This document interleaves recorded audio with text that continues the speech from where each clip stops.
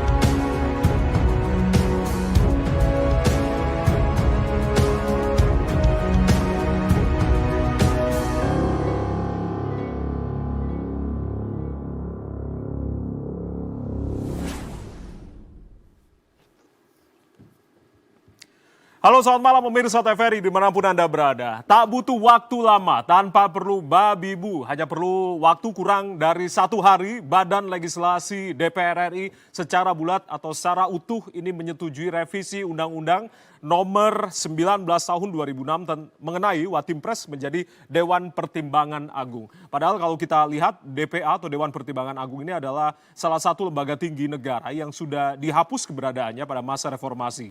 Nah, seiring dengan terbentuknya lembaga lain yang tentunya memiliki fungsi, tugas dan juga wewenang yang lebih jelas. Nah, sejumlah pihak menilai rancangan undang-undang ini tentunya dipakai begitu sebagai cara untuk mengakomodasi kekuatan politik di luar pemerintahan. Presiden Joko Widodo juga tentunya tidak tahu menahu begitu ditanya begitu terkait dengan usulan Dewan di Senayan ini, namun tak mempermasalahkan terkait dengan Dewan Pertimbangan Agung pengganti dari Watimpres ini. Lalu mengapa harus ada Dewan Pertimbangan Agung kembali dengan jumlah yang tentunya nanti akan ditentukan oleh Presiden begitu? Benarkah ini untuk penguatan lembaga atau justru memang hanya untuk mengakomodasi kepentingan politik pihak-pihak tertentu yang mungkin masa jabatannya akan berakhir akhir-akhir ini? Nah, kita akan bahas dalam Fokus Terkini edisi kali ini, Watimpres jadi Dewan Pertimbangan Agung. Untuk siapa? Tanda tanya. Itu tema kita di malam hari ini bersama saya Ardianto Wijaya. Sudah hadir sejumlah narasumber senior-senior kita di malam hari ini. Kita akan sapa terlebih dahulu yang paling senior yang sudah lama juga nggak mampir ke Fokus Terkini, Bang Ali Mohtar Ngabalin, staf ahli utama kantor Presiden. Bang Ali, terima kasih. Assalamualaikum. Assalamualaikum warahmatullahi wabarakatuh. Terima kasih sudah hadir Ya, di terima malam kasih. hari ini. Sama-sama, terima Baik, kasih. sebelah kiri saya juga senior Bang Herman Hairon, anggota Badan Legislasi DPR RI. Bang Herman, selamat malam, salam sehat Bang. Terima kasih sudah hadir. Waalaikumsalam warahmatullahi. Baik, yang sebelah kanan juga Bang Lusius Karus, peneliti Forum Masyarakat Peduli Parlemen Indonesia. Bang Lusius, selamat malam. Salam sehat, Bang. Malam baik. Baik, terima kasih sudah hadir di malam hari ini, Pak Lusius. Siap. Yang sudah hadir juga via Zoom, sayangnya via Zoom ini karena posisi ada di Bandung. Kita akan sapa Uda Ferry Amsari, pakar hukum tata negara. Uda Ferry, selamat malam. Assalamualaikum. Malam Bapak-Bapak, malam Bapak-Bapak, Udah ganteng. Terima kasih sudah hadir malam hari. Sampai Uda ketemu Ferry. terus. Baik. Oke, nanti kita akan juga tersambung dengan Mas Seno, Aryo Seno Bagaskoro, politisi PDI Perjuangan. Tapi sebelum itu saya ke Uda Ferry terlebih dahulu. Udah, kalau berbicara terkait hal ini begitu, Dewan Pertimbangan Agung, bagaimana tentunya pendapat terkait dengan perubahan nomenklatur menjadi Dewan Pertimbangan Agung yang tentunya ini sudah dihapus begitu, Uda Ferry? Ya, pada prinsipnya penggunaan nomenklatur istilahan itu sesungguhnya tidak merujuk kepada Undang-Undang Dasar 1945. Jika DPR dan pemerintah membaca Undang-Undang Dasar bab 4 Undang-Undang Dasar sangat terang mengatakan bahwa Dewan Pertimbangan dihapuskan sehingga lembaga ini maupun nomenklatur yang digunakan tidak lagi tepat karena bertentangan dengan undang-undang. Kan aneh kalau undang-undang dasarnya mengatakan dihapuskan, tetapi yang buat undang-undang tidak merujuk kepada undang-undang dasar. Sehingga hampir bisa dipastikan penggunaan nomenklatur itu melanggar undang-undang dasar atau inkonstitusional. Sebab begini di dalam konsep hukum tata negara penggunaan nomenklatur tertentu di dalam undang-undang dasar yang menggunakan huruf kapital hampir dipastikan harus sesuai. Kalau dia huruf kecil baru dia merekayasa namanya. Misalnya di dalam pasal 23 Undang-Undang Dasar itu ada disebutkan bahwa Indonesia memiliki suatu atau sebuah bank sentral. Bank sentral kita itu oleh undang-undang boleh diberi nama berbeda, namanya Bank Indonesia atau seperti komisi pemilihan umum namanya bisa berbeda. Tapi kalau Mahkamah Agung, Mahkamah Konstitusi itu tidak boleh diberi nama berbeda, dia harus sama. Dewan Pertimbangan Agung ditulis dalam huruf kapital di Undang-Undang Dasar, sehingga begitu dinyatakan dihapus, dia tidak boleh digunakan lagi. Saya sangat janggal ya. Kurang lebih saya melihat ada upaya menghidupkan kembali Dewan Pertimbangan Agung dan itu pasti bertentangan dengan Undang-Undang Dasar. Harus diingat senior di sini mengetahui bahwa penghapusan itu ada alasannya di dalam pembahasan Undang-Undang Dasar. Alasannya kita mau membentukkan sistem pemerintahan presidensial yang lebih murni dan konsekuen, sehingga rumusan yang condong kepada prinsip parlemen, semacam penasihat raja itu ditiadakan. Maka di dalam pembahasan itu disebutkan bahwa Dewan Pertimbangan Agung dihapuskan dan akan pembentukan semacam Dewan Pertimbangan Presiden di dalam sebuah undang-undang. Jadi kurang lebih dia adalah sayap istana, West Wing-nya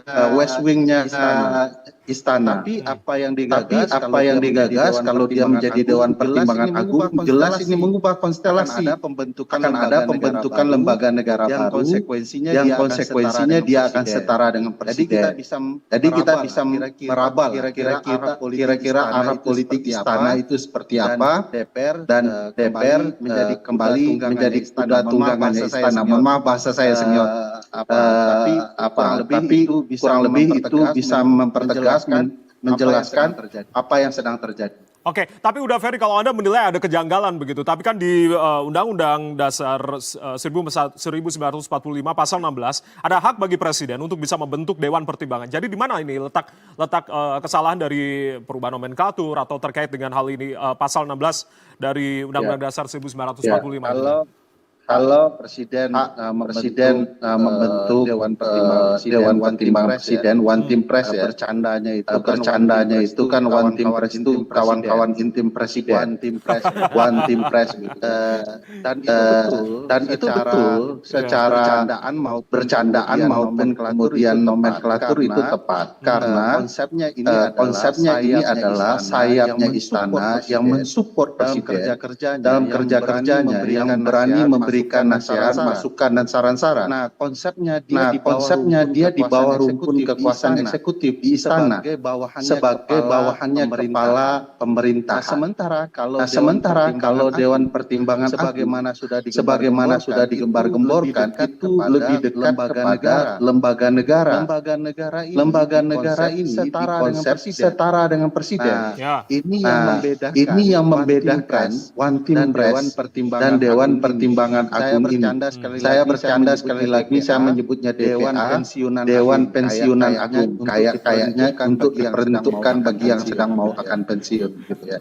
Oke, baik. Saya langsung mengkonfirmasi ke balik dalam hal ini Bang Herman. Bang Herman, artinya publik bertanya-tanya sebetulnya apa urgensi terkait dengan Dewan Pertimbangan Agung? Apakah ini tadi udah Ferry katakan benar ini Dewan Pensiunan Presiden nantinya Agung? Ya, pertama tentu dalam pembentukan perundang-undangan itu ada peraturan pembentukan perundang-undangan, ada undang-undangnya.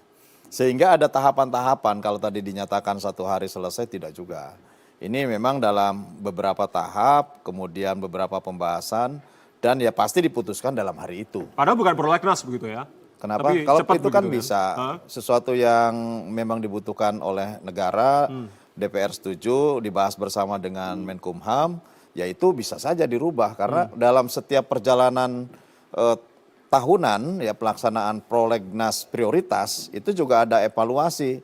Yang setiap saat ketika dibutuhkan, yang penting adalah pemerintah dan DPR setuju, maka itu bisa dimasukkan di dalam prolegnas prioritas gitu ya.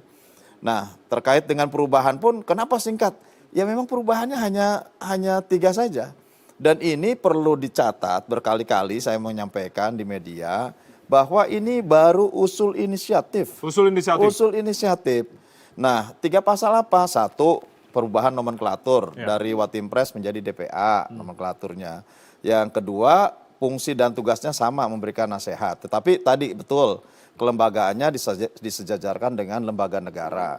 Yang ketiga, kebutuhan terhadap para anggotanya, maka diketuai 1 orang ketua, merangkap anggota, dan disesuaikan dengan kebutuhan presiden. Artinya bahwa perubahannya hanya segitu. Semua pasal-pasal sama dengan Undang-Undang Nomor 19 Tahun 2006. Bang Herman, tapi ini kan menjadi sorotan terkait dengan kelembagaannya begitu. Udah Ferry tadi mengatakan mengapa harus disejajarkan dengan presiden kembali. Saya begitu? ini pertemuan yang kedua dengan Uda Ferry sebetulnya. Saya sudah sampaikan juga karena ini usul inisiatif sudah diputuskan oleh seluruh fraksi-fraksi dalam rapat pengambilan keputusan di Badan Legislasi dan di Paripurna. Sudah diputuskan seluruh fraksi-fraksi ya. Dan kemudian telah dikirim sekarang ke pemerintah untuk mendapatkan daftar inventarisasi masalah dari pemerintah. Kami nunggu unpress dari pemerintah, surpres dari pemerintah, dan setelah itu tentu ada pembahasan. Nah, kalau kemudian ada masukan-masukan dari para ahli, praktisi, stakeholders, dan lain-lain, tentu kami DPR juga terbuka. Silahkan nanti dalam pembahasan keputusan tingkat 2, sebelum menjadi undang-undang, yang ini nanti diundangkan, diputuskan dalam paripurna dan diundangkan, masuk dalam lembaran negara, maksimal 1 bulan di pemerintah, maka ya silakan, ini akan menjadi masukan publik gitu. Tapi urgensinya itu apa gitu Bang? Begitu mendesaknya Ya, kan tadi, undang-undang anti presiden dirubah begitu? Bahwa ini harus menjadi lembaga agung. Namanya juga memberikan nasihat kepada jabatan tertinggi. Kepala pemerintahan, kepala negara ya memberi nasihatnya, lembaganya harus lembaga yang agung dong gitu loh. Yang kedua, di situ keanggotaannya harus sesuai dengan kebutuhan presiden. Kan banyak tokoh di negeri ini. Banyak orang-orang yang mampu memberikan nasihat dan pertimbangan. Sehingga jangan dibatasi. Sebelumnya kan dibatasi, hanya 8 keanggotaan. Nah, oleh karenanya sekarang dibuka bahwa itu disesuaikan dengan kebutuhan presiden. Hanya itu, selebihnya fungsi tugasnya sama gitu. Nah, oleh karena itu menurut saya daripada ini menjadi polemik di publik, DPR juga membuka ruang, membuka diskusi-diskusi publik. Dan nanti pada akhirnya dalam pembahasan tingkat 2 dengan pemerintah, ketika pemerintah mengirimkan surpres pembahasan tingkat 2 antara DPR dan pemerintah atau pemerintah dan DPR, ya disitulah ayo kita rembukan kembali. Dan tentu masukan dari Uda Ferry pun akan nanti saya sampaikan. Dan memang ya kalau bahwa DPA dihapuskan di dalam lembaga tinggi negara dalam Undang-Undang Dasar, betul. Karena tidak ada lagi lembaga tinggi negara sekarang. Karena tidak ada lembaga tertinggi, adanya lembaga negara sekarang. Nah, oleh karena itulah pembentukan lembaga-lembaga baru yang setara itu ya diperbolehkan sepanjang bahwa itu menjadi kepentingan dan bisa berjalan efektif dalam mendukung tugas-tugas negara. Anda tadi katakan bahwasanya ini inisiatif dari DPR begitu. Apa kepentingan tentunya DPR sendiri untuk bisa merevisi sebuah lembaga yang ada di bawah naungan presiden? ya kan usul inisiatif itu kan datang dari berbagai pihak. DPR itu kan seperti koki. Kami meramu terhadap beberapa usulan. Ada usulan-usulan terkait dengan perubahan nomenklatur Watimpres, ya ditangkap oleh kami gitu. Dan itulah yang kemudian dibahas gitu. Nah kalau disetujui oleh partai-partai kan berarti sudah mewakili seluruh entitas kami anggap. Nah kalaupun kemudian ada yang masih berkeberatan dan merasa ini, masih banyak menurut saya, banyak waktu yang nanti dipergunakan untuk bisa memberikan masukan-masukan. Apalagi kan sekarang dengan amandemen Undang-Undang Dasar 1945 ada Mahkamah Konstitusi. Ya. Kalau tadi dianggap bahwa menabrak Undang-Undang Dasar 1945, kalaupun toh nanti sudah ditetapkan menjadi undang-undang dalam paripurna tingkat 2, ya menurut saya masih ada ruang yang cukup untuk bisa memperkarakan ini atau mempersoalkan ini di Mahkamah Konstitusi. Artinya silakan, ini adalah negara demokrasi yang siapapun boleh berpendapat, boleh memberikan masukan, dan DPR terbuka untuk siapapun. Yang selama ini mungkin dianggap, oh Uda Peri kurang, silakan Pak Uda Peri datang ke DPR, ke Badan Legislasi, bawa tulisan, ini loh yang harus menjadi perhatian Badan Legislasi. Ya nanti bacakan, bila mana perlu titip ke saya bacakan nanti di Badan Legislasi. Bila perlu diundang juga Bang, duduk bareng begitu membahas diundang gitu ya. nanti. Formapi juga Iya. begitu. Uda Ferry, tanggapan Anda terkait hal ini, apa yang tadi sudah diungkapkan oleh Bang Herman? Ya, Bang Herman Khairun ini dan teman-teman itu kan bukan politisi kemarin sore ya. Saya tidak meyakini bahwa beliau tidak paham bab 4 Undang-Undang Dasar itu sudah menentukan penghapusan nomenklatur dan kelembagaan Dewan Pertimbangan Agung.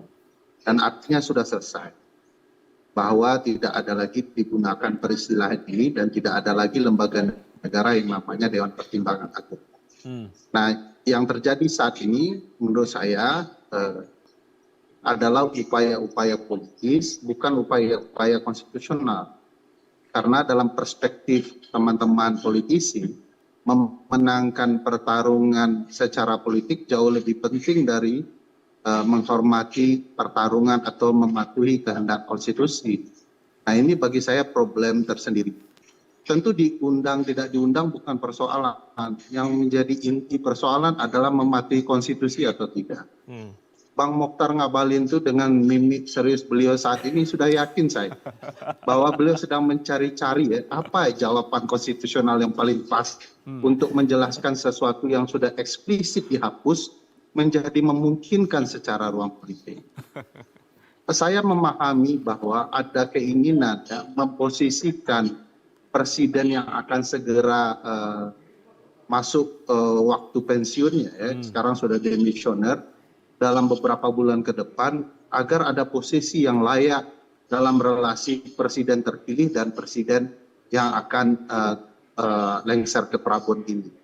Oleh karena itu pilihan-pilihan politik semacam ini apapun kehendak dari teman-teman partai politik harus tetap mematuhi Undang-Undang Dasar. Sebab satu waktu tidak mematuhi Undang-Undang Dasar punya akibat tersendiri. Dan saya yakin akibat itu akan disesali secara politis. Sama persis ketika dulu KPK dirusak gitu ya, secara konstitusional. Dan saat ini beberapa teman-teman partai sudah menyesali langkah-langkah merusak KPK itu masuk ke ruang yang sangat politis. Oke. Saya mau kasih tahu kemungkinan yang bisa terjadi Apa, Bang, dengan kemungkinan, pembentukan DPR. Misalnya, kalaulah presiden terpilih dalam hal yang saya harapkan tidak terjadi digantikan oleh wakil presiden sebagai bahan serap presiden kan begitu ya. Dan dengan sendirinya Pak Presiden Jokowi kalau menjadi anggota atau ketua dari Dewan Pertimbangan Agung akan punya ruang konstitusional untuk memaksakan mampu terlibat langsung ya mengendalikan presiden atau memberikan masukan kepada presiden pengganti. Oleh karena itu ruang ini yang menurut saya mengkhawatirkan ya.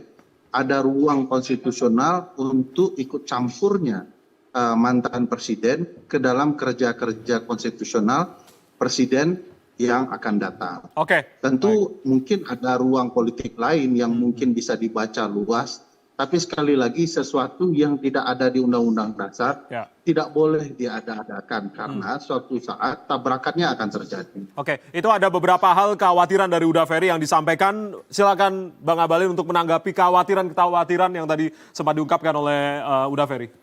Udah gak sabar nih kayaknya komentar. Terima kasih banyak ya. Jadi, di alam demokrasi ini proses yang bagus. Ini proses yang bagus toh. Kalau kita kan memilih demokrasi sebagai pilihan untuk orang mengelola ini negara. Kalau DPR itu kan sebetulnya lembaga politik. Lembaga politik negara. Jadi yang dipikirkan itu adalah bagaimana kepentingan negara. Jadi saya mau bilang bahwa kalau hanya urusan one team press ke DPA saja jadi satu konsentrasi yang bisa menguras pikiran, waktu dan tenaga itu, waduh, terlalu naif. Jadi harusnya itu memang tidak usah terlalu skeptis. Tidak usah terlalu skeptis, khawatir iya, capek, lemah iya, tapi tidak boleh menyerah. Maksud saya begini, kalau kita sadar bahwa one team press dan DPA, usernya itu presiden, Pak. Tidak ada orang yang berkepentingan. Jadi kalau seperti tadi dijelaskan oleh anggota yang terhormat Bang Herman, itu adalah usulan inisiatif DPR. Ya, ini cerita pengalaman juga ini di balik kita ini. Itu kan dari timur, barat, selatan, utara, dari atas, dari bawah, semua kan datang memberikan masukan atau mengusulkan. Jadi kalau ada DPR mengajukan itu sebagai usulan inisiatif dari one team press ke DPA, juga hal yang tidak ada perlu menjadi permasalahan. Memang kalau dilihat dari Undang-Undang 19 maupun dengan Undang-Undang Dasar 1945 setelah amandemen, kan tadi Adinda juga sudah menyebutkan di pasal 16 itu bahwa presiden dapat membentuk Dewan Pertimbangan. Kalau presiden berkepentingan kemudian itu menjadi bagian yang tidak terpisahkan dari sebuah aspirasi besar dari partai politik, kemudian semua yang datang ke dalam badan legislasi, kemudian membentuk Dewan Pertimbangan Agung yang isi fungsi dan kewenangannya menempatkan satu institusi yang terhormat, karena kalau presiden merasa perlu kemudian menghadirkan Ibu Megawati, menghadirkan Pak Yusuf Kalla, menghadirkan Pak Tri Sutrisno, Hamzah Has, Pak Joko Widodo, Pak Ruf Amin, orang-orang terhormat seperti ini. Kemudian menghadirkan institusi yang begitu bagus, Dewan Pertimbangan Agung, manusia-manusia yang memiliki representasi, intellectual knowledge, culture, moral. Apa yang salah? Negara ini negara punya satu kehormatan hebat ini. Mengumpulkan orang-orang hebat itu dengan presiden yang hebat, Prabowo Subianto, Gibran Rakabuming Raka, yang hebat itu Republik kita. Ya, tapi waktunya yang pas begitu menjelang demisioner, menjelang pensiun. Enggak ada masalah. Kalau mau demosioner apa sudah berhenti atau dalam ini juga enggak ada masalah. Orang kita berkepentingan untuk mengurus negara, kan bukan urus negara lain. Urus institusinya, institusi negara, kita yang bicara untuk kepentingan Republik, bicara tentang masa depan Republik kita. Di mana salahnya? Ada kekhawatiran tadi Huda Ferry mengatakan. Nah, apa menjadi kekhawatiran? Kalau hanya itu menjadi kekhawatiran, terlalu berlebihan. Terlalu berlebihan? Berlebihan banget. Terlalu berlebihan katanya Bang Lusius. Coba Bang Lusius komentar. Apa yang tadi sudah diungkapkan Bang Abalin juga sama Artinya bahwa kalau kita beda pendapat pemikirannya, dalam proses kemudian dalam forum-forum seperti hari ini, kita punya forum apa malam ini namanya? Fokus terkini. Fokus terkini menjadi satu fokus, kemudian kita saling berdebat, berdiskusi, memberikan pencerahan. Kan salah satu yang paling terpenting ini sekarang kan mengedukasi para penonton kan, juga tidak ada masalah. Gitu. Baik, Bang Lusius silakan. Ya, saya sih lebih fokus ke DPR-nya itu karena ini RUU inisiatif DPR gitu ya. Kita belum tahu sampai sekarang itu inisiatif ini muncul karena apa sih? Ya, ini RUU untuk kepentingan presiden gitu ya. Dan mestinya paling masuk akal sih ini muncul dari presiden gitu ya. Yang membutuhkan one team press atau DPA ini nanti adalah presiden. Jadi paling masuk akal ini ada usulan dari presiden langsung. Betul. Menurut Anda? Itu kebutuhannya karena Kebutuhan. kan ini RUU atau undang-undang ini kan bikin untuk menjawab kebutuhan bangsa gitu ya, termasuk kebutuhan lembaga-lembaga atau figur-figur yang kemudian diberikan tugas oleh negara untuk menjalankan fungsi tertentu.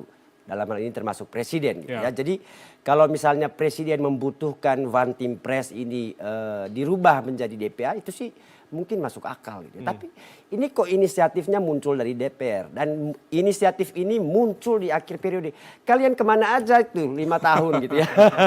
Kok nggak pernah muncul? Begitu ya? Kok Ini nggak pernah kenapa muncul inisiatifnya? Itu terakhir? yang pertama. Yang kedua, masih ada daftar panjang itu prolegnas prioritas 2024 gitu ya.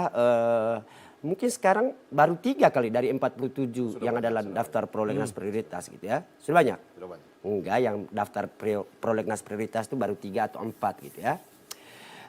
Jadi saya kira sih kalau kemudian berinisiatif lalu melupakan hal-hal yang sudah sejak awal direncanakan itu saya kira kacau juga perencanaannya gitu ya.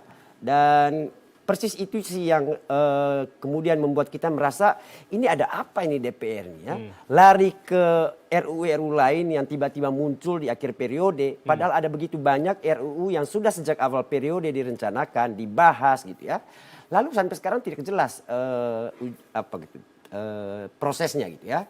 Lalu bagaimana pertanggungjawabannya untuk RUU itu yang sudah dibahas sedemikian rupa dengan pemerintah. Masa sidang tinggal masa sidang lagi mulai 16 Agustus sampai 1 Oktober nanti gitu ya. Ya, bagaimana menjelaskan itu semua gitu. Itu yang saya kira sulit untuk dijelaskan dengan apa yang disebut oleh Pak Herman tadi itu inisiatif DPR gitu ya. Boleh sih inisiatif itu bagus gitu ya, tapi kemudian dengan munculnya inisiatif baru lalu melupakan banyak inisiatif yang sudah sejak awal direncanakan. Padahal itu juga kan kebutuhan bangsa. Mereka juga mengusulkan itu dari dulu gitu ya. Lalu bagaimana itu semuanya? Oke, nanti sebelum dijawab oleh Bang Herman, saya akan sapa terlebih dahulu. Mas Seno sudah bergabung bersama kami, politisi PDI Perjuangan. Mas Seno, selamat malam. Selamat malam, Mas. Oke, terima kasih sudah bergabung malam hari ini, Mas Seno. Ya, Mas Seno, kalau tanggapan dari Anda dari aspek sistem politik dalam hal ini presidensial, begitu, apa dampak dari perubahan Watim Pres menjadi DPA? Apakah juga ini memperkuat sistem presidensial atau justru malah melemahkan? Kalau menurut PDI seperti apa? Oke, terima kasih Mas. Saya senang sekali ya malam ini di Fokus Terkini kita agak panas nih ngobrolnya. Biasanya lebih komprehensif, tapi kali ini bahasanya agak lebih banyak dinamika. Dan ini satu hal yang menarik sebenarnya. Artinya topik-topik yang dibahas di DPR berkaitan dengan apa yang dibahas di sana itu bisa kita bicarakan di ruang publik. Kalau tidak ada pembahasan dan kritisisme dari masyarakat, dari mana kita bisa melakukan fungsi kontrol? Sehingga tentu fungsi kontrol itu tidak hanya terjadi melalui check and balance di DPR secara kekuasaan, tetapi juga berlangsung di ruang publik seperti yang kita lakukan malam ini. Nah, dalam konteks perubahan One Team Press menjadi DPA, sebenarnya kan kalau dibicarakan secara kepanjangan nama dari naming Mas, ini kan sama-sama namanya adalah Dewan. Dewan Pertimbangan Presiden menjadi Dewan Pertimbangan Agung. Pertanyaannya kenapa kok harus ada perubahan itu? Kita tahu bahwa selama lebih dari 26 tahun kita melakukan reformasi.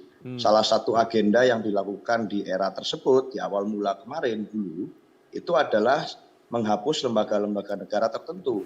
Dan salah satu yang kita sepakati untuk kita ubah melalui amandemen ke-4 kalau tidak salah di era Presiden Megawati Soekarno Putri pada waktu itu adalah penggantian atau penghapusan lembaga DPA itu tadi, Dewan Pertimbangan Agung. Karena dianggap ini akan mengganggu bagaimana peran seorang presiden sebagai kepala negara, ternyata ada lembaga lain yang sejajar. Kita sepakat untuk menghapus itu dulu. Artinya secara konstitusional sudah melalui proses amandemen. Nah, kalau hari ini muncul lagi wacana ini yang semakin serius, bahwa kita akan kembali lagi ke sebelum amandemen tersebut, maka tentu menjadi tidak salah dong kalau kita semua bertanya-tanya sebenarnya urgensinya apa. Apa yang harus kenapa kok harus melakukan itu? Kenapa kok harus mengubah menjadi dari Dewan Pertimbangan Presiden menjadi Dewan Pertimbangan Agung? Apa sih yang sangat agung dari seorang presiden? Kan perspektifnya bisa dua. Yang agung ini anggota Dewan Pertimbangannya atau yang agung presidennya ini kalau mengubah nama. Apa sih yang ini menjadi sangat penting untuk mengubah ini? Apakah fungsinya? Kalau fungsinya apakah berarti Dewan Pertimbangan Agung itu boleh melakukan fungsi-fungsi eksekusi misalnya? Yang sama dengan presiden, apakah boleh melakukan fungsi-fungsi yang bisa mengintervensi program presiden misalnya? Lalu kalau bukan fungsi, oh ini hanya penambahan jumlah anggota dan seterusnya. Kriteria si penambahan jumlah anggotanya bagaimana? Maka kita tentu tidak salah, tidak bisa menyalahkan publik. Kalau ini Bang Ferry Amsari, Huda Ferry tadi menyampaikan jangan-jangan ini Dewan Pensiunan Agung gitu.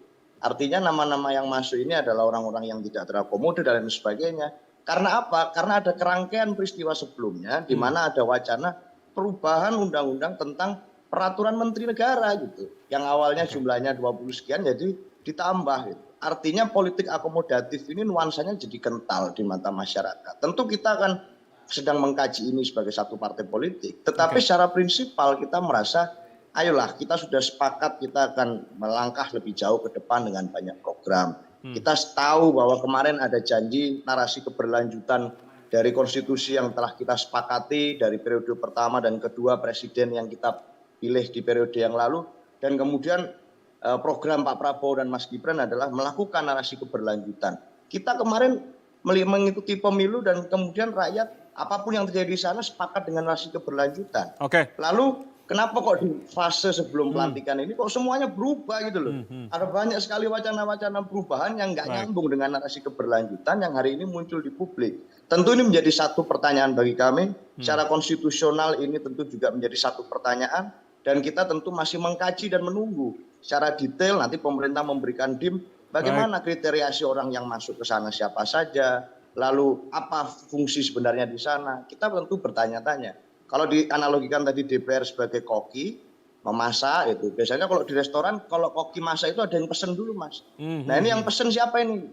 Dari restoran itu. Tadi Bang Herman menyampaikan analogi koki. Nah ini yang pesen masakan ini siapa ini? Ini menjadi pertanyaan karena tentu bukan masyarakat yang pesen ini. Masa masyarakat mau ngurus tentang Dewan Pertimbangan Presiden, saya rasa nggak ada kaitannya. Saya rasa itu. Oke, nanti Bang Herman akan jawab ya. Jadi kalau menurut Anda kan tadi katakan lebih politik akomodatif nih, yang kental begitu. Nah, alih-alih merevisi fungsinya, tapi justru ini lebih merevisi syarat dan juga ketentuan dari anggota Dewan Pertimbangan Agung ini. Nanti Bang Herman akan jawab dan Bang Abalin, usai jeda kita akan kembali. Tetaplah bersama kami di Fokus Terkini TVRI. Kami kembali saat lagi.